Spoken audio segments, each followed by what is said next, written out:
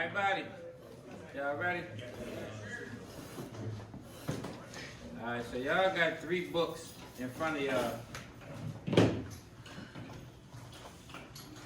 When y'all get a chance, I want y'all to write y'all goals down and read them. Remember what we did earlier. When you get some free time, go ahead and do it in reverse and grow your hand. That's the same way you grow your goals. You gotta speak over yourself. But you got 3 books. You got this High Pursuit, the Authority Cheat Sheet. Can everybody grab it real quick?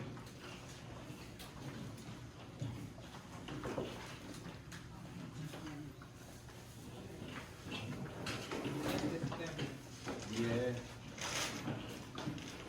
Can you open it to the first page? Alright, now what you'll notice is that this is not a book to read. This is actually the authority application. So I paid the FMCSA employee to fill this application out for y'all, so you don't have to pay somebody to fill it out for yourself. That's going to save you $200-300. Alright, the 5-year authority only costs $300. But that's what's going to make you an official trucking company. Filing your LLC and all that stuff is great. That's your business structure. But you're not a motor carrier unless you got an MC or a DOT number. Then you got this Truckloads 101. This is what we're about to go into. To show y'all how to evaluate loads. And this one I just tossed in there for y'all. This is a freight broker index. Can you grab it and open it?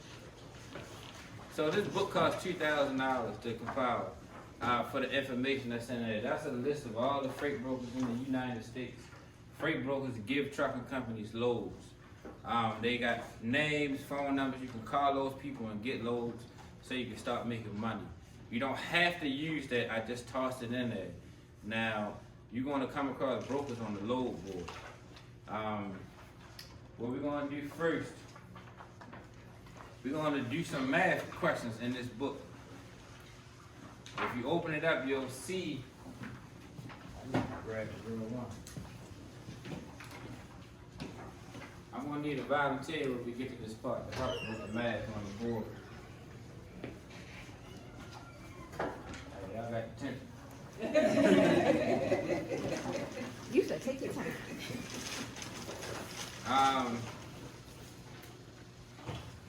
I'm going to need a volunteer to come help do some of these math problems on the board once we get to it. But what I'm going to go over right now, before we get to that portion, is the load booking process.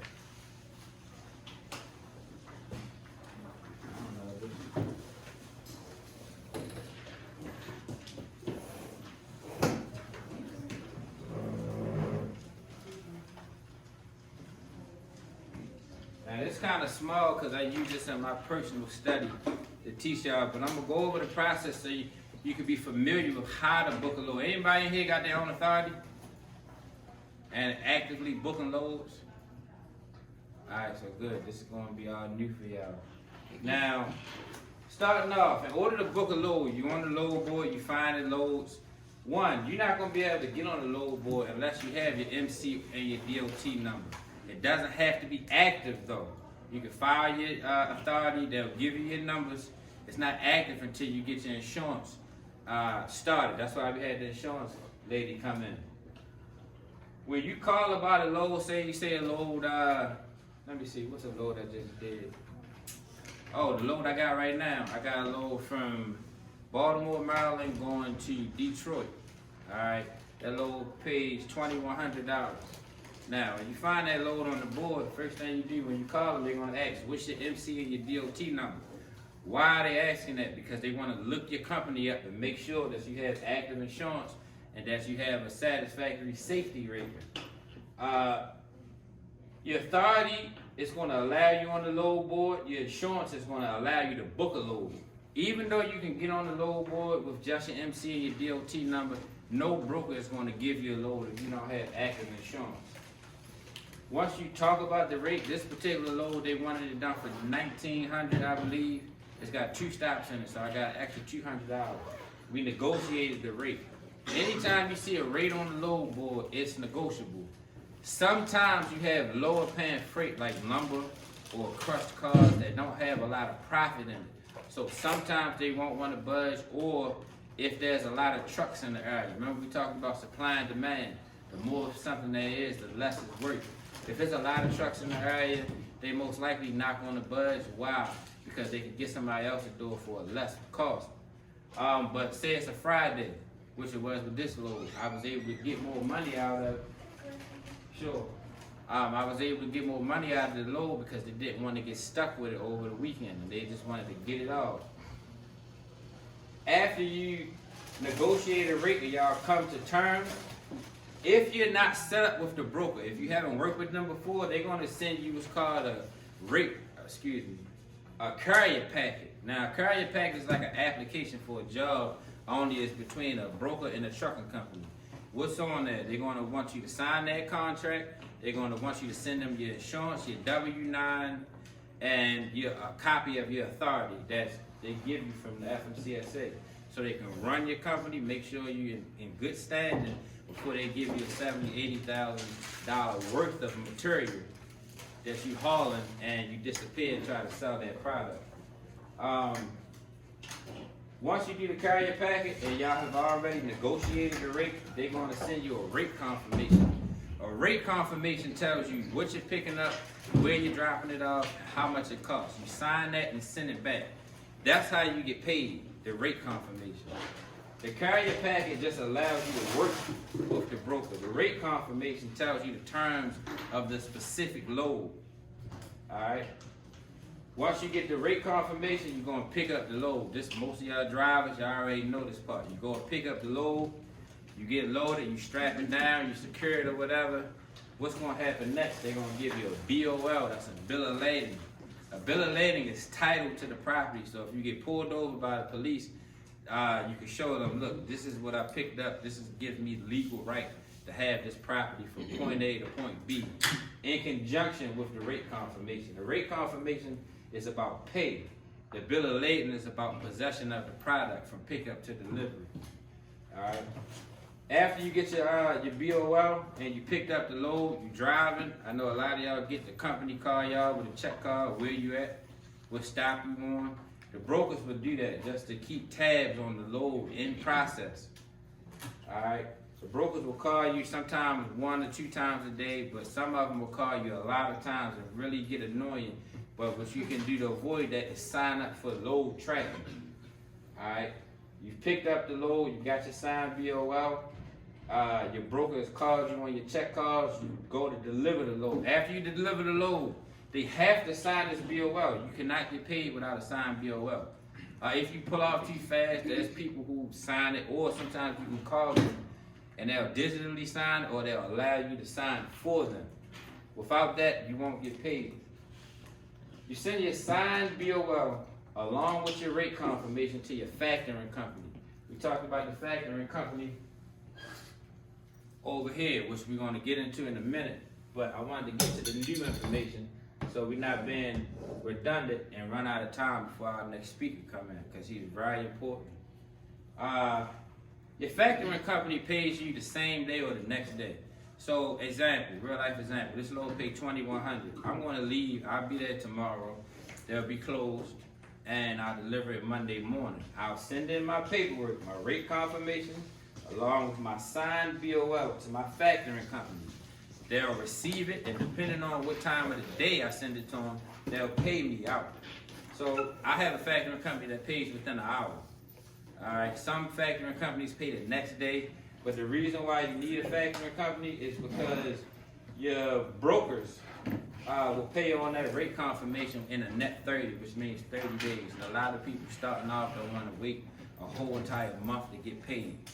And go through the hassle of having to collect, because sometimes if you got a paperwork missing or something's not signed or anything, that could hold up the payout process. So factoring companies save you the hassle of having to be a secretary or officers that can track down payments where you can focus on driving. They charge anywhere between 1.5% to 4.5%, which is very small considering how fast they get you your money or how much you would pay if you was going to a check cashing place. Then you get paid and you repeat the process. It's easy. You have your authority, which allows you on the load board. You're insured, which allows you to pick up the load. You found the load on the load board. Y'all negotiated the rate. They sent you a carrier packet because this was your first time working with them. You filled it out, now you're signed out. They send you a rate confirmation. You go and pick up the load. After the load is picked up and secured, they give you a signed BOL. You have to have this piece of paper. Your brokers will call you for a check call as you're driving to make sure you're going to be on time. Another thing, some brokers will charge you if you're late, so you want to keep up with your appointments. It's not all of them, and if you communicate with them, some of them won't charge you. You deliver the load, get your BOL signed, send it off to the factory company, and then you get paid. Trucking is not really complicated. You don't have to pay people a lot of money to learn this stuff, and if you are, you shouldn't. How do you go about Getting warm, negotiating it is. the rate? I asked her not time to eat. I'm listening. How do you go about negotiating the rate? Well, time and timing. So Monday mornings, go back to supply and demand. All the trucks been sitting all weekend. It's Monday morning. All the trucks on the market looking for loads. So this how the load board work. It's like a fish tank. You put food in there and all the fish come up to the top. So Monday morning by 9:30, I'm on there at 8:30. If you get on there too early, you're looking at old loads. So by 9 o'clock, you're seeing loads. By 11 o'clock, you want to be booked because by 12, you're getting leftovers. You got to feel your way around. Always ask for $300 or $400 more. I did a load for $14,000 one time. We had posted for $9,000. But I got that because of timing. It was New Year's Eve. Nobody wanted to work. And it was bad weather. Nobody wanted to drive out there. So that's not every day. Usually I'm going to get a couple extra $100. I learned that from taking the broker course. You got the broker course, don't you? Yeah. Because you was interested in the dispatching. Anybody's interested in dispatching, I would discourage you from doing it. You could do anything you want to, but that's a scheme. They selling people because they're taking advantage of the information sales industry, and they know that people will buy a dream. That's what they doing. You can dispatch all you want, but if you don't have trucks to dispatch, what use is it? But if you're going to go that route, logistics, aside from trucking, then you should start looking toward being a broker, so you can actually have relationships with direct shippers, so you can book loads. I learned that from that. Every load has a cushion in it because they're not moving them for free. So you got to kind of feel around. Prime example, I was looking for a load to come here. I was in Dover, Delaware, Friday morning. They wanted to do the load for $1,000 going to Virginia. I asked them for $1,300. They had two stops, one in Bowie and one right outside of DC. And it's Friday, so I knew I could get it. They kept stalling, and they was doing that because they was trying to get that original $1,000. Right, so they wind up saying, no, we got it covered. Then the person gave it back to them. But I'm saying that because of timing. I knew that they wasn't gonna get that because with the two stops, it's not a straight through load. So they're not gonna deliver that load till Monday. That's why I wanted the extra couple $100. Now, I missed that load. Now I got 2,100, and I'm still gonna do that load in one day. It's only like 600 something miles. So you just gotta toss numbers out there sometimes. There's no magic formula, but you'll get a sense of when they need to get it done or when they got time. Sometimes a broker will say this is a firm rate because they don't have a lot of money in it. If it's a volume product like lumber or crushed cars or something like that. But I like DAT because they show rates. Some of these load boards won't show you the rate. The posted rate is the minimum. They making a 15-20% cushion. So it's your job to try to get as much of that as possible. So if a load is 3,200, I'm gonna ask them for 37. They may, oh man, I can't do it. I'll meet you at 34. I'll say 35. You just gotta kind of play around with it and feel. You get a feel for the rhythm. It's no magic formula. Sometimes they really need to get the load done. Sometimes they have time, and the more time they got, the less money they're gonna be willing to give you until they get jammed up on the load. That answer your question? You gotta kind of just toss numbers out there because it's a seasonal thing, and it's a how can you put it? It's a seasonal thing, and then also it's an availability thing. So like, say somebody had a load and the truck broke down before they got it, or say somebody picked up the load and the truck broke down.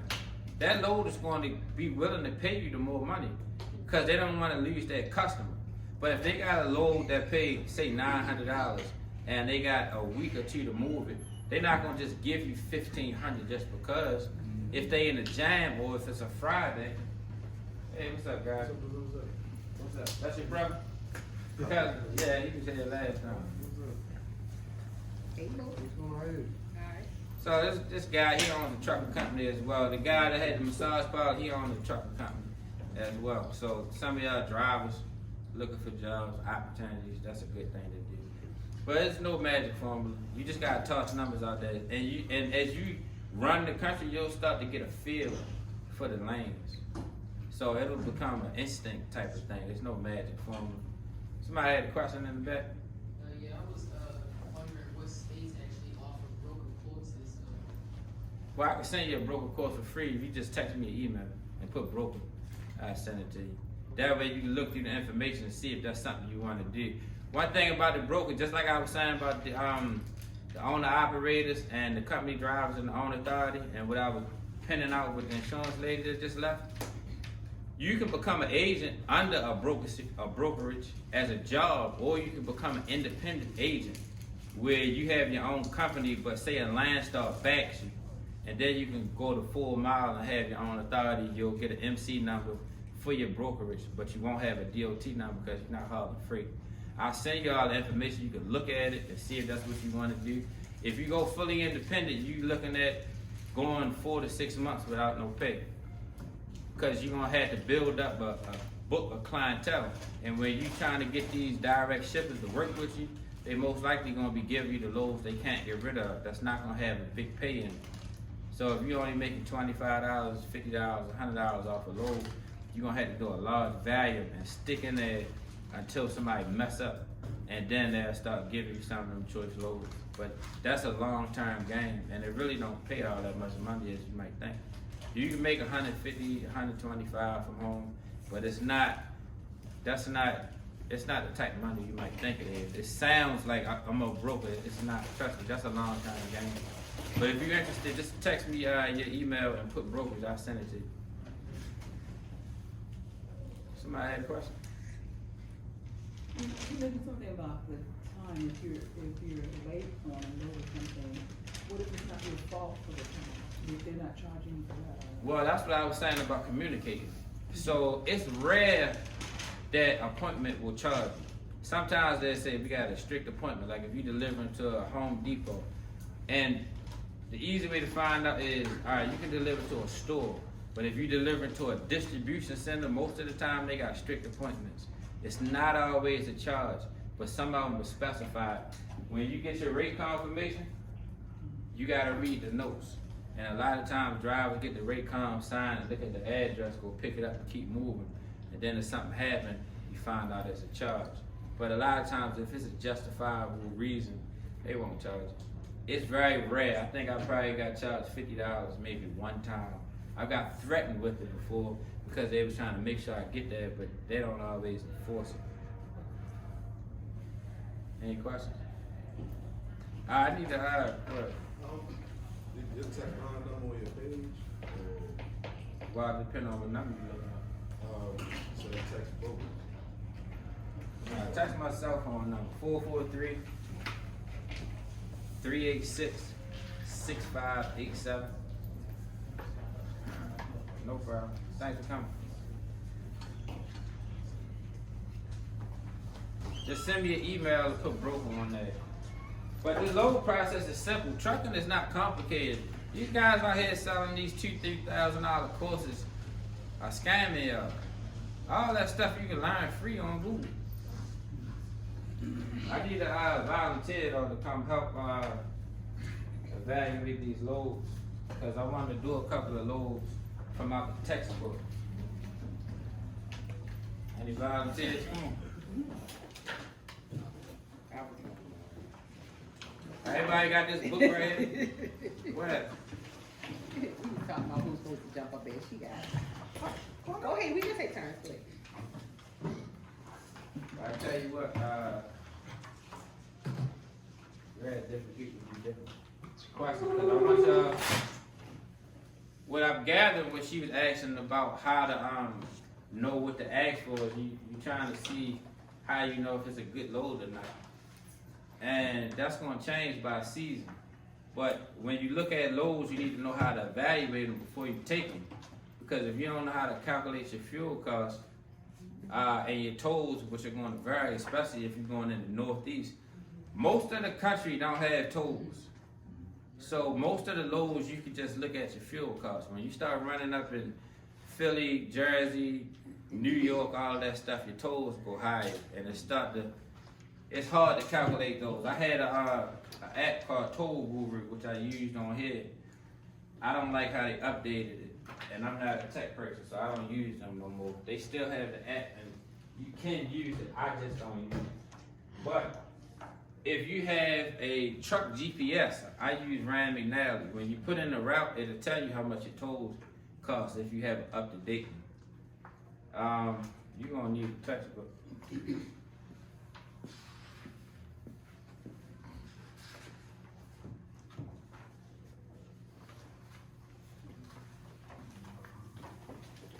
Y'all want to turn to this first page? You see this one that say 1136 at the top?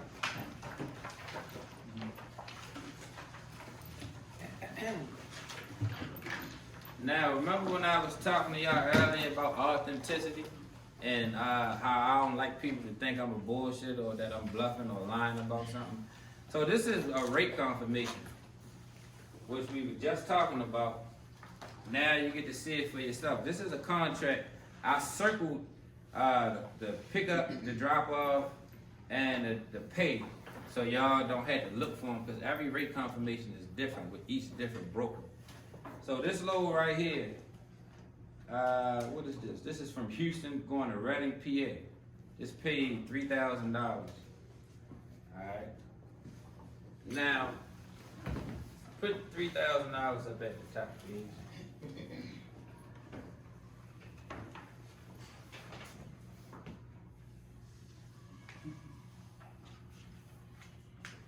All right, now somebody tell me how many miles that is. 1,561. How many? 1,561. Okay. Can you write the mileage down, please? You're gonna put your miles first. No, put it to the side.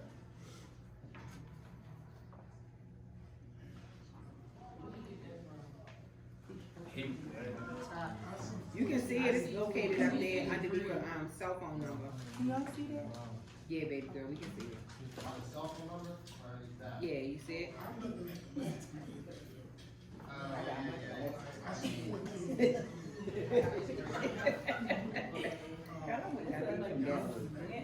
Hey Sean, yeah. it is controversial on the race confirmation right here, it say miles, it say 1561. Well, see, right, and that's a trick that brokers use. So brokers use add miles a lot of times, and the add miles don't add up to what you actually going to drive. Because sometimes they do it point A to point B in a straight line. Sometimes they'll use a mapping system. But I put this on here so y'all can see it. The actual miles is 1,483. Now this one is not going to be 100% exact because it got 2 stops, but you're going to get the basic concept. What you really need to know is when they post a load, how much profit is in this load? Do I want to take it? Because you hear a lot of people cry about rates going down or this not a good rate. Well, when you actually break down the money and look at the time, then you got to compare that to if you was doing something else. You see what I'm saying? But we're going to talk about that in a second once we get to the bottom of this. But if y'all look on here, map, this shows you the miles, and it also shows you the fuel costs and the tolls. The tolls at the bottom where it say Easy Pass, and if you look at the top, you'll see something say gas. So just for simplicity, we can use these numbers, It's the concept that matters. So you only use the miles that's on the. Use what's on the map, because that way you can stick to it. Now, the only thing that's gonna be a variable is that fuel costs are different. This, I think I did this back in 2018, I think, 2019. So the fuel costs are gonna be different. But what we can do is do it with those prices, and then we can do an empty one with today's prices, so you can get the concept. So what you got up there? 1480, 425. Right, those are your miles. Now your cost, $742. You're gonna subtract from the 3,000. Yes. What you come up with? Yeah. Somebody use a calculator. No, it's 8. It's 5. Yeah, I ain't gonna have you look at it. I told y'all we need some. Two, baby girl. 2,000. Oh. I use a calculator. I do it in my head. You do it in your head, you don't. That's nice. I know, that's it. You got the tension for real. What you come up with? Look, you got the tension for real. Alright, now you got tolls on this one, which is $22.40 on the bottom. Subtract that from what the number you got right now.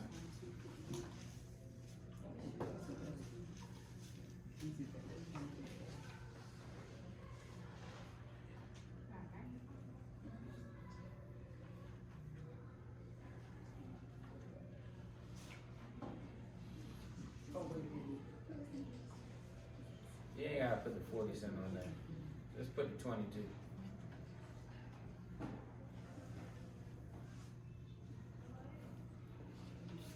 So what you come up with? 2,226. $2,236. Alright, now this load is gonna take somebody 2.5 days to do. Alright, I can do this load in 2 days. But then what's gonna happen is you're gonna run into the problems like Mr. Sean's lady was telling y'all about the violations and all that stuff, which will get you into situations like I was telling y'all I'm dealing with now. Alright, so it's a cost benefit thing. Do you want the more money now and then it's gonna cost you more on the back end? Because you're gonna get pulled over sooner or later. But Miss Accountant, that's not a bad paycheck for 3 days. No, okay. Really, 2.5 days. $1,000 a day. Now, what you're not factoring in here is maintenance. Alright, what you're not factoring in there is insurance and your trucking load. So realistically, that's gonna probably be about 1,700. Alright, then you pick, that's only 2.5 days, then you go pick up another load. But, let me see something. This is, excuse me, this the, what y'all, I don't know if you stand behind. This what y'all need to, this what y'all need to understand is how to evaluate the loads from the beginning. Now, if I was to look at this load and say it's 1,483 miles, right? Well, I don't even have to erase it. In my mind, from being in the game long enough, I'm not gonna say that's 1,483. I'm gonna say that's 1,500. Why? Because you always want to expect to pay more, right? Trucks get around 6 miles a gallon. Some of them get more, depending on the type of truck you get. Some of them get less if you got an older truck with a cat, all this stuff. So you want to divide that by 6. What is this? This is your miles per gallon. All right, somebody divide 1,500 by 6. That's 250. 250. 250 bucks. Right. So that's gonna give you 250. That's gonna give you how many gallons of diesel you're gonna need. How much do a gallon of diesel cost right now? Right. So in my mind, I would calculate 5. It's still 5 gallons. 522. Yeah, something like that. Mom say 525. What time? What you say, Gotti? So that's gonna be around an average of 5. Especially if you getting that. Mind you, when you calling and talking to brokers, they got plenty of people calling them. This is cool. This is what you need to learn how to do in like a minute. All right. While you talking to them before somebody else come and take that load. So you're gonna need 250 gallons. Diesel is around the average $5 a gallon. All right, so you're gonna want to multiply the numbers. What you come up with? 12. Yeah.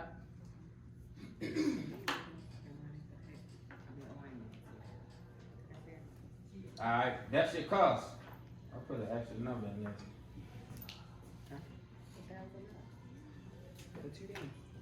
So look, without getting into the tolls and all that stuff, you know this $3,000 is gonna cost you $1,250 a day. This is what you're doing mentally in your mind. You're not gonna be sitting down with no pen and paper jotting stuff down while you're talking to a broker and they got all these people calling. All right, so then you're gonna come back to the 3,000. All right, you're gonna take the 1,250 out. Then what you come up with? Anybody got no calculator? 1750. 1750. What I say earlier, just going off of mine. Right. So you need to learn how to do this real quick. There's a couple other things just so I'm not misleading y'all. These are straight miles. You also got something called deadhead miles. How many miles you got to drive empty to pick up your load? That's not going to be 6 miles a gallon. Depending on the type of truck you can get, you can be getting 10 miles a gallon, 8 miles a gallon. Then you got deadhead miles to your next load, which I personally don't calculate into the load. Why? Because I'm going to recalculate it into the next load as my deadhead for the pickup. And you got tolls that you're not putting in here. Another thing you want to look at when you're looking at loads is the time frame. Trucks normally drive anywhere between 500 to 700 miles a day. All right, most I ever did in a day was like 1,000. That's because I had to do it and I didn't want to get stuck on the weekend. If you just starting out driving, you're only gonna drive about 500-600 miles a day. But the real drivers is driving anywhere between like 700-800 miles a day if you on the road. All right, there's 3 different types of ways to drive: local, regional, long haul. You calculate your time in miles when you over the road. When you regional, you looking at time. Like I did a load the other day to New York. I wanted to go to Queens to go shopping. Now, I won't look at that load as the miles. I gotta look at it as the time. It's gonna take me a half a day to get in and out of New York City. You understand what I'm saying? Or when you're looking at local, a load may be 100 miles and pay you $700-800. So wow, you making 7 miles a gallon? No, that's not how it works. Because that load gonna take you 2/3 of the day. So you gotta start. It's different ways to look at it. You gotta look at it versus time and versus miles. If you're driving long haul, you look at your miles. If you running local or regional, you look at your time. Somebody want to come and do a different load, or you want to keep going? I ain't trying to kick you off, but I got a mechanic coming at 4. Let me help y'all understand something. This is the formula. Trucks get around 6 miles a gallon. All right, diesel is around $5 a gallon. When they offer you a load, like we was talking about in the load booking process, see how many miles it is. Divide that by 6, then multiply it by 5. That's going to tell you how much diesel you need. Diesel is going to be your biggest cost. Your maintenance and your tolls are going to be variable. Most of the time, you're not going to have tolls unless you're running up in the Northeast, or if you're running local and you keep running up and down that toll right there by the port. And there's ways to get around that, but then you start looking at your time. I remember when I was running containers, I would go through that 3 times a day. That's $48. You round that up to 50. Then I figured out I'm working extra hard when I can do 1 less load and go around the tolls and save $150, even though I'm losing a $150 load. I'm working less and I'm still making the same amount of money. So these are little things you're gonna learn as you start driving. It's not gonna come right there, but the basic concept, find out how many miles you got, divide it by 6, multiply it by 5, if that's where the cost of diesel is. Diesel was coming down. Not too long ago, I was multiplying everything by 6. And depending on what state you was in, almost 7. Pennsylvania was extremely high, up in Wisconsin and all that. But you'll learn the states as you go along. Like I rarely fuel in Pennsylvania. I'll get enough fuel to pass it until I get into Ohio. Then I know when I get into Indiana and Kansas City and Missouri, it's the cheapest in the country. So these are things you'll learn as you start going. It's not gonna come overnight. A lot of this stuff you can't put in no book. It come out through, it come out through experience, but it come out through general conversation. Remember what I told you? Game is not given, it's spilt. That's why they talking about soaking up game. It come out through conversation. What did you do with the headset on? You took it off. Most drivers have their headsets on, but what they do, they drive, they talk to the drivers, and everybody's exchanging information. Look, you guys hear something. We've been talking for years. That's my main guy. We go golfing and all that type of stuff. We pick you. He got his own authority. Anybody know how to work these? This probably needs some water or something. Nah, they said it's a dry, bro. Do y'all get the basic concept? Yeah. So let's look at 1,000-mile load, right? Multiplied by 6, divided by 6, multiplied by 5. That's going to give you your cost. It's like when you start looking at, when you see people evaluating real estate property. You see how once they do it for a while, they can look at a house and go through the numbers real quick. You'll get like that with loads. What you do, put water on?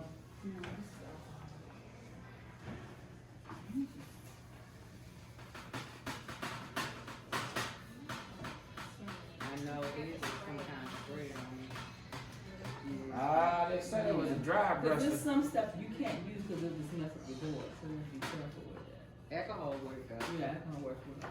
I want y'all to turn to page 15.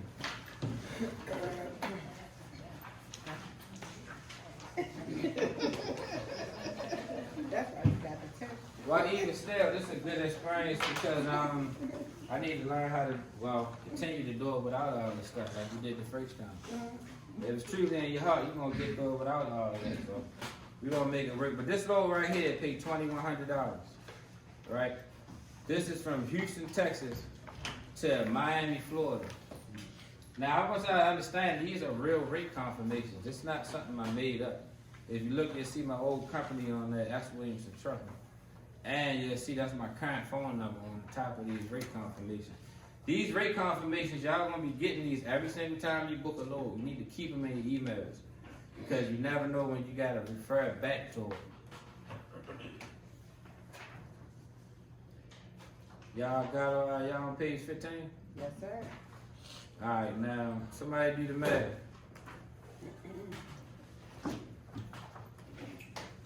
Let's do the math in today's diesel prices. This gives you the miles right here, though. 1,234 miles.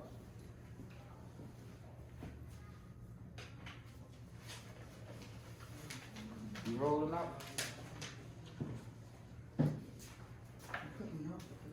That ain't fast enough. What's the price of that? $12.50.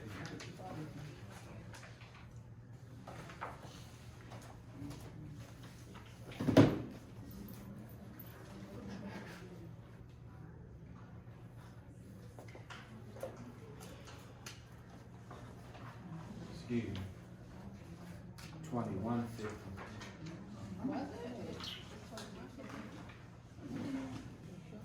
But yeah.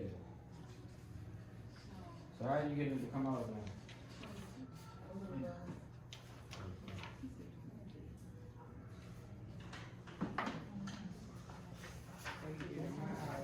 Now, if y'all look at any of the more recent books, it talks about how to travel for free and make money. Now, that's one of the biggest benefits, in my opinion, because you get to go places like this particular load took me to Miami, and I stayed down there, and I made money to go there. As opposed to if you was working a job, you had to take off, you had to get a plane, you had to get a hotel. Trucks got beds, refrigerators, TVs and all this stuff in it. So you save the money there, and instead of me getting hotels, I would spend that money on doing extreme stuff, whatever that particular city offers. This load paid $2,150. It was 1,234 miles. So let's even the miles out, put 1,250 for simplicity. Mind you, when you talking to a broker, they need you to come up with a rate quick. Another thing, anytime a broker calls you about a load and they don't have a rate, hang up on them. Because what they're trying to do is get you to give them a rate so you can come out with a low ball. Or they got a project and they trying to get a new shipper and they want to see how much the truckers will do it for. All they doing is fishing for information. This load paid $2,150. It's 1,250 miles. Divide this by 6 miles per gallon, or just divide it by 6.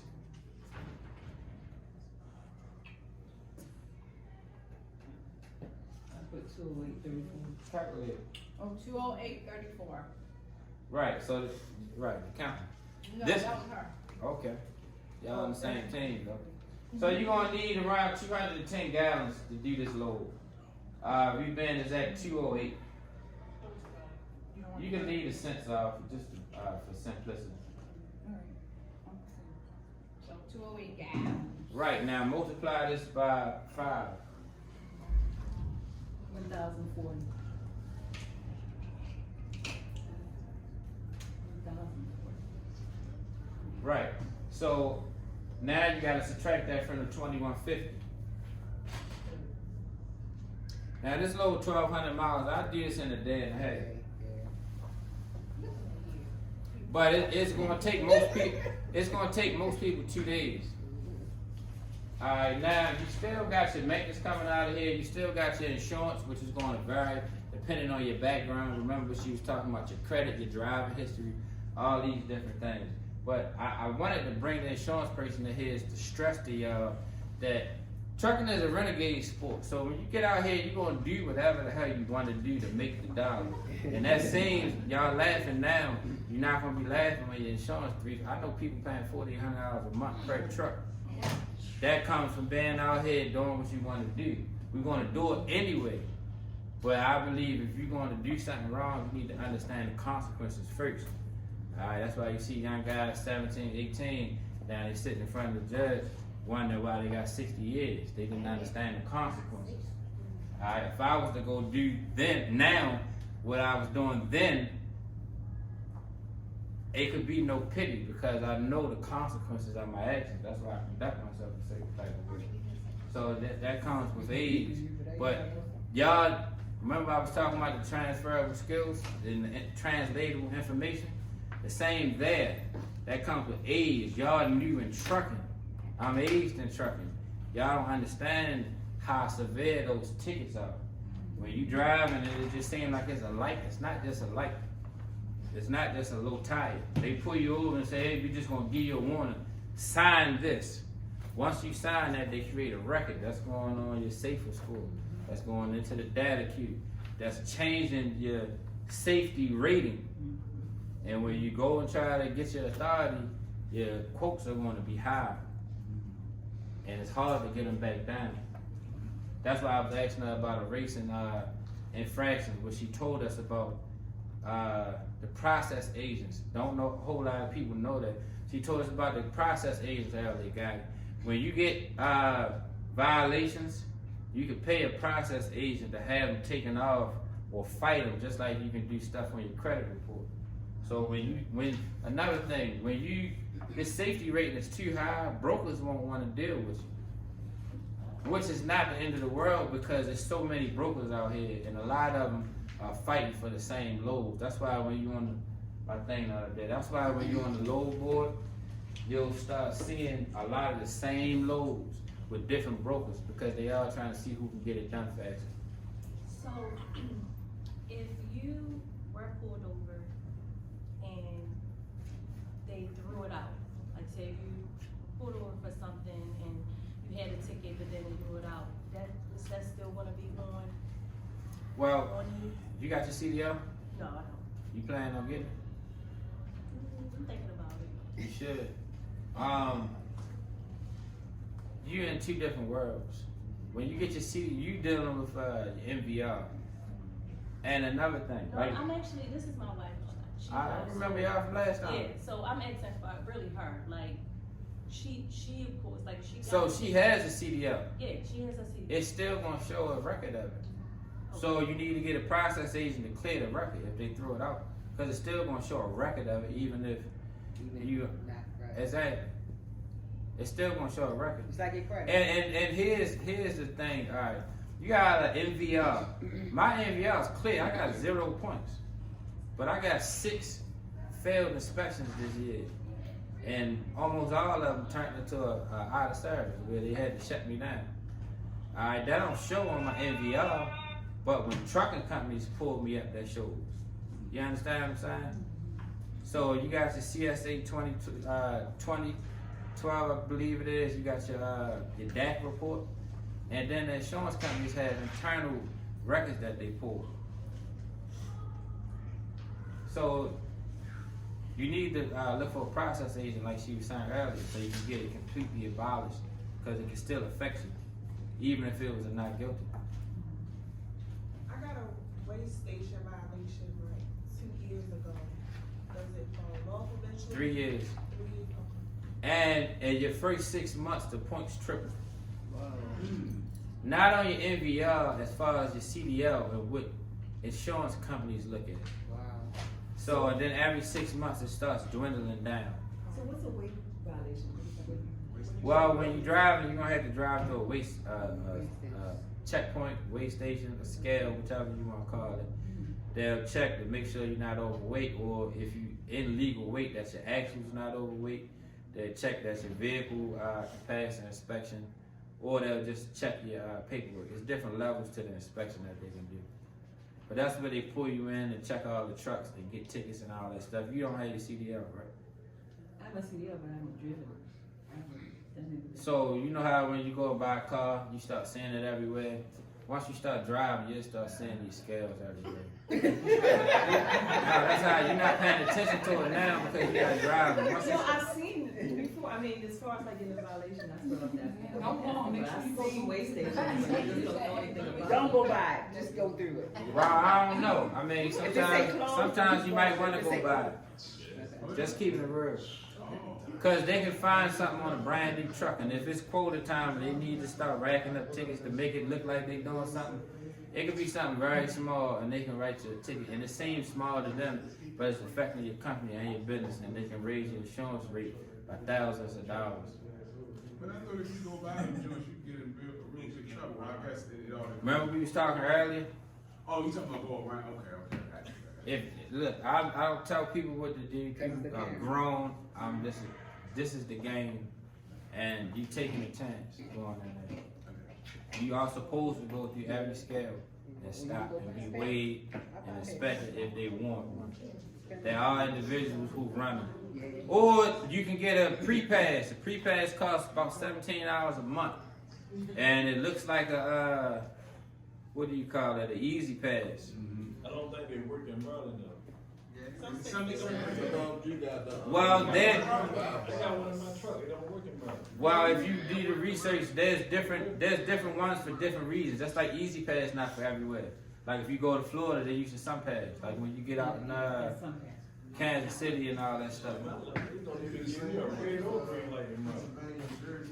You need to see that. No, we good. So, but.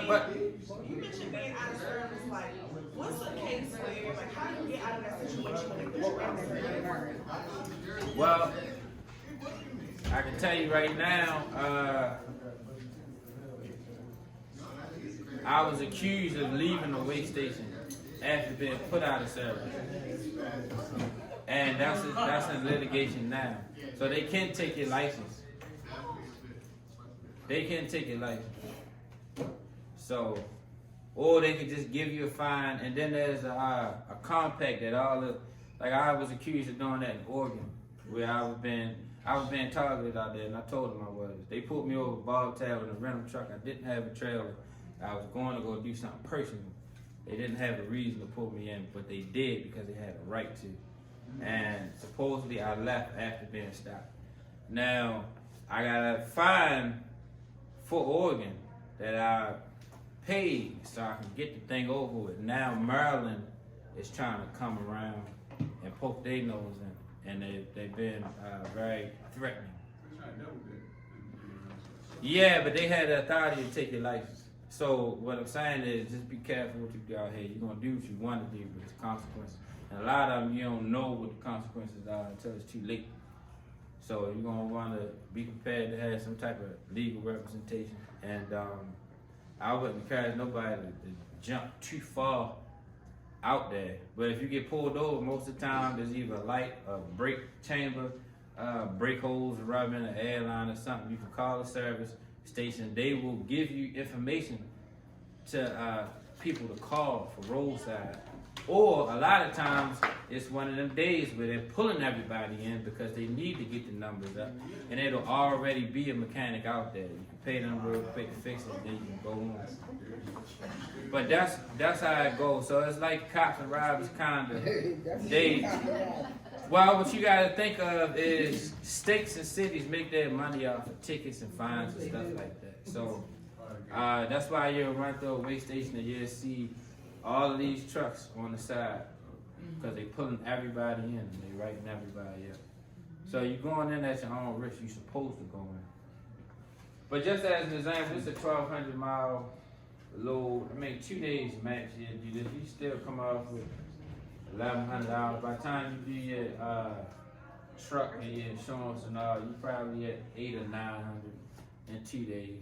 Now that don't seem like a lot of money, but when you start adding that stuff up, I'm telling you, last year I did $518,000 solo as a driver. I no longer use drivers because that's the biggest headache that you're gonna find, and all it's gonna do is cost you money. And I try to warn y'all that people gonna go do what they wanna do, just like I did when they told me, and I found out the hard way. Nobody's gonna work as hard for you as you are, and nobody cares about your equipment. So what happened? This is what you gross. This is what they gross.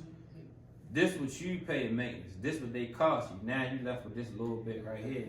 And the extra money you thought you was gonna be pocketing by having these extra people, actually is your money you driving for is gonna start going into them to keep them a job. And you find yourself a slave to the company as opposed to having your own truck, your own trailer, your authority, making some money, traveling, stacking up, having fun, living how you want to be living, and having the freedom and the peace of mind. Another thing people gonna tell you about having drivers is your phone would never stop, man. You cannot not answer the phone 24 hours every day. If somebody on the side of the road with a flat tire, you can't just say, I'll get it in the morning. If you're in the shower, you won't even be able to take a shit in peace. I'm telling you, I used to run 7 trucks and trailers, and we were doing like 130 a month. And that's not even being fully staffed, that's just with 4 people. If you got 5 to 7 trucks, you can expect to gross $1 million a year. And I say that because you're never going to be fully staffed. So when you start getting trucks, which I don't suggest, you're not duplicating yourself. That's what people think. They get a truck, think they rich, and say all I gotta do is get this, and this more, and I'm gonna be multiplying what I'm making. It don't work like that. You signing up for a job. All right, you got your freedom before driving. It's going to turn into a job, and it's going to suck all the fun out of it. I got one question. Is it more profitable to do flatbed or do traditional drive van? Flatbeds. That goes back to supply and demand. Drive vans, most people don't want to work. Anybody can do a drive van, back into a dock, close the door, and they're cheaper. I remember buying drive vans for $2,500 in good shape. Them days is gone. They coming back soon though because all these people got in the trucking because it was hot. Everybody was talking about it, and they went and bought all this overpriced equipment. Guess what's about to happen in the next 6 months? All them $70,000 trucks about to come back, and they about to be right in the auction and in dealerships for their original price, which was nothing but $15,000-$20,000. And all them guys, they're gonna be running around and girls talking about how trucking is no good because they failed because they didn't know what they was doing and they was listening to everybody. or they got in when it was good, thought they was rich, and upgraded their lifestyle. And when rates are not bad right now. Rates are normal. That's why my first book was How to Make $250,000 a year with a criminal record and no college degree. I had a book. You normally make $23,000 to $27,000 a month with a truck. You can expect $5,000 to $7,000 a week per unit. All right. When the country started opening back up, we was doing $10,000, $12,000 a week. All right. That was a special circumstance. That's not the norm. So what the deal was, get it while the getting's good and then go back to normal. Now people adjusted their lifestyle to the good times, which were extra good. Now we going back to normal. There's nothing bad about it. They just don't understand the trend. Just like right now, yeah. Alright, so minimum rates was like, we ain't taking nothing less than $2, like $1.76 was bad, and we was chasing $2.10, $2.20 like that. They was good rates. Then when COVID hit, we got the $3. So everybody got stuck with $3. Now that it went back to the normal rates of being around like $2 and change, everybody like rates jacked up, messed up. No, they just got stuck on COVID, and now that they back to normal.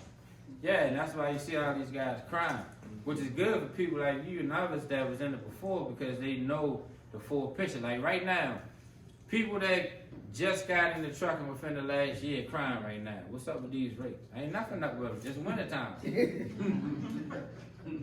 you Walmart or do you go buy pumpkins all year?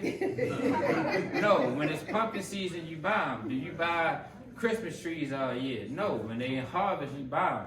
Everything has a cycle. Like even if you're talking about real estate and stocks, you got bull markets and bad markets. You got buyers markets and sellers markets. All right. Mid-December to the beginning of March, mid-March, things slow up because it's colder and people not moving as much.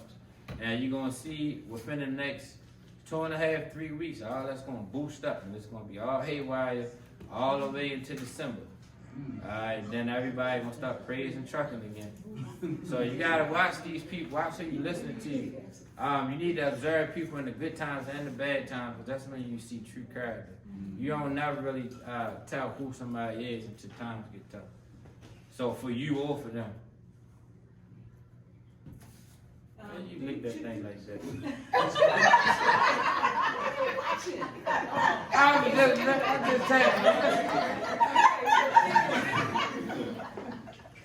I ain't trying, I'm not. Put it away just because. Alright, I'm just saying. You did it. Is it best I just have one truck? Look, she's saying it, didn't she? Okay, anyway, is it best to have just one truck for yourself, or is it good to have an extra one just as a backup? That's a good question, and we talked about that last time. It's good to have a spare truck, even if it's just a day cab. Why? Several reasons. When your truck go on the shop, you don't never know how long it's going to be down. Usually, it's not a big fix. Usually, something can get done in a day, maybe 2 days, if you got a relationship with a mechanic. If you went out and bought a big, bad new truck, you can't take that to your guy who fixed stuff. You gotta go to the franchise, and that's gonna take you 2 weeks minimum to get in and out. It's gonna take them like a week just to look at it. All right. So, and then they may have it fixed and don't even call you. And then you call them and you say, well, what's going on? Then, oh, we got it done 2 days ago. All right, so that could be 3 weeks, which is good. Earlier when she talked about getting paid, you missed that part. You can get insurance that'll pay you the gross that you make, not the net, if your truck is down. Is that like the trucking bid, the insurance bid? It may be similar, I'm not sure. I think her cards is up there. I can't remember the exact name, but she's a old head told me about that down south some years ago. She the first person that I met in person that's actually an agent that told me about it. But yes, it's good to have a truck. And also, you don't have to have tags on that second truck. The Maryland Business Portal, you can go into it and you can switch the tag from one truck to the other. One thing I tell you to do, make sure you notify your insurance company. I rented a truck before and got the rental insurance, and they deemed that as a uninsured motor vehicle, even though I paid for a separate insurance because I did the tow. And I lost a $5,000 security deposit for that. So if you do that, you want to tell them. And also, if you got a truck sitting, you want to start it up and drive around the block every now and then, at least like once a month, because whatever you don't use will break. So it'll start disintegrating, even if there's nothing wrong with it. And I apologize, I was joking. I didn't mean that. I had a question. What if you go to do truck, what would be the reason why you wouldn't want somebody to work on it? Well, because a lot of people, if you notice, I went to diesel school for a little bit. They're not called diesel mechanics, they called diesel techs. Because it's becoming more technical. And if they don't have the computer and the diagnostic equipment, they're not going to be able to fix it. There's so many sensors and all that crap on these newer trucks. I went to National North American Trade School too. I got my I was working at TA and I was at Arnold Carriers Fleet Technician. I know. So you're a diesel mechanic. Are you any good? I'm a driver too. You good? Yeah, I'm decent. You decent. Decent. Well, I'm saying that it's people in here that make own trucks that make. I gotta get my maintenance truck up running and get my diagnostic computer. They don't jump out there. I know what I'm doing, but I just don't have all the tools that, like you say, you need a diagnostic computer. I got Peterbilt, Freightliner certificates, Cummins certificates, Bendix. The certificates are cool, but Yeah, do you but have that experience to back them up? I got experience with the certificates, so I understand the theory of how things work, and I do know how the mechanics of putting it in and taking it out right. Okay. You like it, I love it. Don't tell nobody that on the truck that they ain't gonna be fucking with you. You better know I can fix it. It'll take this long. It'll cost you this much. That how he just said it just now. You was like, nah. Exactly. When they said that, I got pictures of taking out. Now, hold on. This is why I got exercise leadership. We are dealing with men. That's not weird. That's not what he meant by that. He meant what I'm saying is a certain level of experience, because this is how people feed their families. And I've been to mechanics that knew some and not all, and tackled something, and it took longer and cost me more than somebody who have done it before and been around 20, 30 years. Like the mechanic that's about to come in here at 4 o'clock. That's what I was talking about. It's not, he's not trying to put shade on. That's just how we kind of look at it, how your verbiage is when you put it out there. You need to sound confident and say, look, I've done this before. I've been in the industry 7 years or whatever. How long? Yeah, I was just saying it that way because I'm letting people know I'm a technician, not a mechanic. Because people will have all the mechanic experience but don't know the technical stuff about it. That's and a good still point. Come out Point. not right. That's what I was trying to get to. Nah, you're 100% right. And that's what I was talking about as far as the difference. So I know people in the trucking world, we call them part changers. Then we got people that's good with electrical. Some people can't tackle electrical issues. Like I had a mechanic working on it the other day. My turn signals wouldn't work. Then we got the turn signals working. Now the marker lights don't work. So these are things that you're gonna run into when you're out here. But what I say, two things that'll break you. One thing will break your spirit. Paperwork will break you. Maintenance will break you. But maintenance will break your spirit as well. It'll make you not want to do it no more. If you ain't really bothered, it's gonna test you. And if you run out there and start thinking you king or queen, whatever, because you done made $3,000, $4,000 net after paying everything in a week, and you've been doing that 16, 17, 18, 20 weeks, 6 months, and then big maintenance start hitting you, and then the slow season, and you just promise people all this stuff, and everybody think you got it, so you're giving it every time somebody asks you something. All that shit starts to calculate, and that shit can break you and put you out of the game, and you be talking about trucking ain't no good. Well, tell her basically about how the question was she said had a backup truck. Say it again, guys. She said about had a backup truck. Yeah. You had one truck and you take that one hit, that will put you out. Yeah. And everybody not gonna rent no truck to you, especially coming in new. I think Penske and Ryder want what, $15,000 for a security deposit? And they need 3 years. They want like 5,000 fresh out. And I had like a year already. Yeah, they So got. they coming back down. So that's a good But thing. they gonna run you first. So they gonna go based off of you, even if your company is good, they gonna run you as a person. And once they run your credit, if your credit is good, then you get that 5. The lowest they go is 2,500. Right. But I seen somebody go all the way up to 25,000, but I'm trying to get around them, so. Yeah, depending on your background. And also, it's a company called Coop, C-O-O-P. That's a division of Ryder. It's not, you're not getting Ryder trucks. Hey, Mr. Lee. How are you? Man, not leave. Mr. Leonardo. How y'all doing? How you doing? They ready for you? Yes, sir. That's everybody. Oh, man.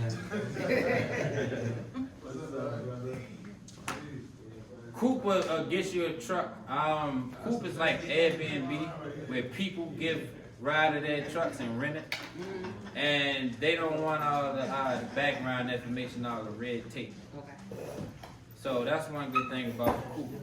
And also they have rental trucks and trailers. You get trailers as low as $40 a day. That'll get you in the game where you don't have to come up with this big down payment, where you don't have to have all of these years of taxes and bank statements and all of this stuff. And they have an app you can download. Y'all got the basic concept about evaluating the loads? Yes, sir. Let me break it down to you in a nutshell. Miles. Divide your miles by how many miles per gallon your truck gets. Multiply that by the price of diesel. That'll give you your cost, aside from tolls. Tolls are variable. Then you take what the freight rate is, subtract it by your fuel cost. That'll give you a roundabout of your net profit in the sense of the load. Not as a trucking company, because you still have trucking note if you have one. You still got insurance and you still got maintenance, which are variable, depending on the person's background, the type of truck, and how hard you run. Anybody got any questions? Y'all can have these textbooks. These are real loads in here. Do you have, as far as you was talking about maintenance and stuff, is there such a class as kind of give you an overview of learning your truck and kind of getting an I wish it idea was. of- I wish it was, because the school he went to is like 16 months. I mean, 18 months. right, when you did the dual program. 19, then I did night classes, then I went and got my CDLs for like another 6 months. Right, now there's a school in Cincinnati. It's 10,000, it's 5 weeks. But I said, tell you, you're gonna get 30. I mean, the best way to learn is to get underneath a real mechanic and really pull your, roll your arms up and get dirty. That's like I always tell people, you learn how to drive by driving. Trucking schools teach you how to pass the test. You're not gonna learn how to drive till you get out there. You'll learn the basic concept of the systems, but you really learn it by getting out there and doing it. That's the real way to learn it. Any questions? All right, well, we got Mr. Lee coming up. Now, let me tell you something about Mr. Lee. Mr. Lee helped me get my first job. If I had to pinpoint who was the most important person in my career, he would be. I used to hang around this mechanic a lot. I was a truck stop in the front, asking questions, and he sent me to an individual. Actually, I was trying to get a job with Tommy, and his insurance wouldn't take me. Then he sent me to Nettie. He was with, they call him Roll One now. I forget that old name. And the insurance wouldn't take me. Then he sent me to Mr. Frankie. Frankie hired me, so I thought I was working for. I was actually working with him. I actually was working for Mr. Fred. He gave me a job. He didn't even give me a driving test. I showed up, handed me the keys. Wasn't worried about my felonies and none of my background stuff. I don't have time to go into my bio, but I got in the truck in 30 days out of prison. I went straight to school, as my great uncle would say. I was determined, and he's been a part of my whole entire career. So he's going to teach y'all what to look for when purchasing a truck, so you don't go out there and buy a lemon. Now let me just put a disclaimer in there. I've purchased trucks took them to get oil samples and inspected and all by franchise truck stops, and still had maintenance issues. Maintenance is a part of the game. You cannot escape it. It's not a question of if something is going to happen. It's a question of when something is going to happen. And for y'all that was here last time when we went over the big board, which I may be omitting because of time, you're going to need to have you some money set aside. At least $10,000. 10 to get you out of most jams if you purchase your truck right. If you got a newer truck, your engine, transmission, and your rear should be warranted. They don't always honor the warranties. There are people that try to wiggle out of it. But those aren't everyday fixes. So I'm gonna let him do his thing, answer some questions, and think about y'all questions because it's a big investment. And maintenance, I'm telling you, what I said, 2 things that'll break you, 1 thing will break your spirit. Paperwork will break you. Maintenance will break you, but it'll also break your spirit. It will put you in a position where it's gonna really find out if this is really what you wanna do. Because it will take your money at the most inconvenient times. And if you're not prepared, you will want to give up. But winners never quit, quitters never win. Mr. Lee, you want to come up?